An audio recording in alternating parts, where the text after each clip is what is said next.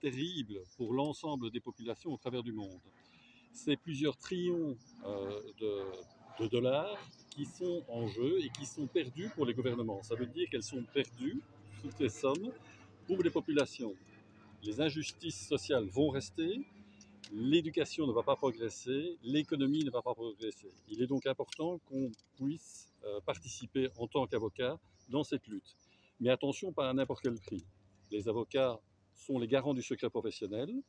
Et donc, il faut trouver un aménagement entre la transparence nécessaire pour lutter contre ces infractions qui sont terribles, mais aussi ne pas sacrifier le secret professionnel, car c'est grâce au secret professionnel que je pourrai peut-être un jour vous défendre, même si je ne le souhaite pas. Donc, quelle doit être la position de l'avocat dorénavant dans l'évolution de son professionnalisme? C'est de ne pas être dogmatique. Et donc, le secret professionnel est important, mais on doit participer pour partie aussi à la transparence.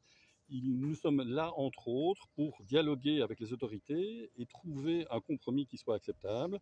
En Europe, par exemple, toute cette lutte passe par un biais qui est celui du bâtonnier. C'est le bâtonnier à qui je vais peut-être dénoncer des agissements et il va faire le filtre des informations qu'il faut donner aux autorités sur la transparence et ce qui doit rester du secret professionnel. Et donc c'est entre autres à ces compromis-là qu'on doit arriver et c'est ce dont nous discuterons durant ce colloque, ici au Sénégal, mais aussi partout dans le monde, puisque le colloque est diffusé partout dans le monde grâce à la vidéoconférence. Et quel genre de stratégie, à quel genre de stratégie peut-on s'attendre ici?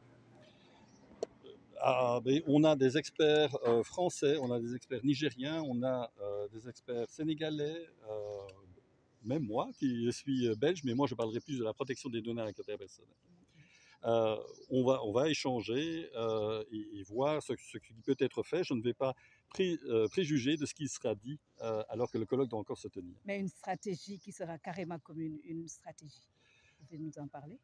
Mais je vous en ai parlé. La stratégie, c'est pour moi d'interposer entre les avocats qui découvrent des infractions économiques ou du blanchiment et les autorités qu'il y ait toujours le bâtonnier et que ce soit le bâtonnier qui soit au milieu des deux grands acteurs que sont les avocats et les autorités de transparence. Merci à vous. Merci.